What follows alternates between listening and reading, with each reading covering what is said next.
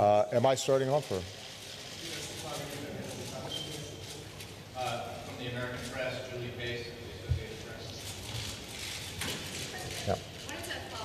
Yeah. You need to make.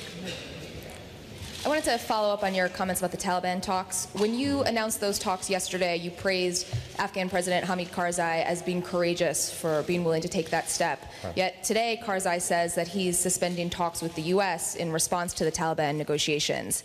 How is it possible for you and President Karzai to be on such different pages about this key decision? And is Karzai saying different things to you privately than he is publicly today?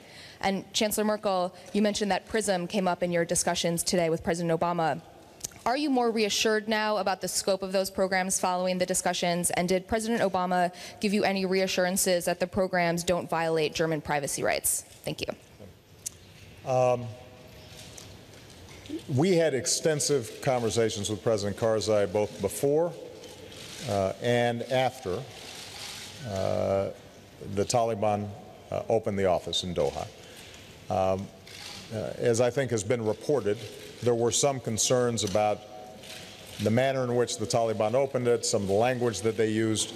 We had anticipated that at the outset there were going to be some areas of friction, to put it mildly, in getting this thing off the ground. That's not surprising. As I said, they've been fighting for a very long time. There's enormous mistrust, not only of the Taliban and the Afghan government been fighting for a long time, they're fighting as we speak. I mean, we're in the middle of a war, and Afghans are still being killed, and by the way, members of the international forces there are still being killed, and that's not abating as we speak.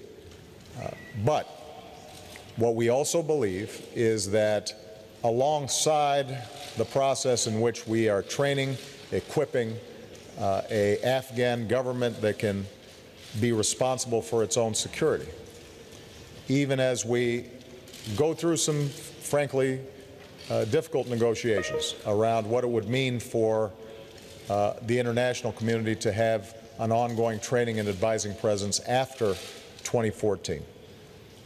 We still believe that you've got to have a parallel track to at least look at the prospect of some sort of political reconciliation.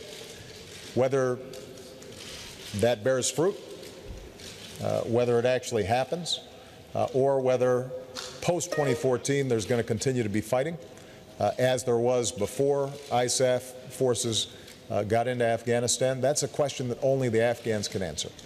But I think that President Karzai himself recognizes the need for political reconciliation. The challenge is, how do you get those things started while you're also at war?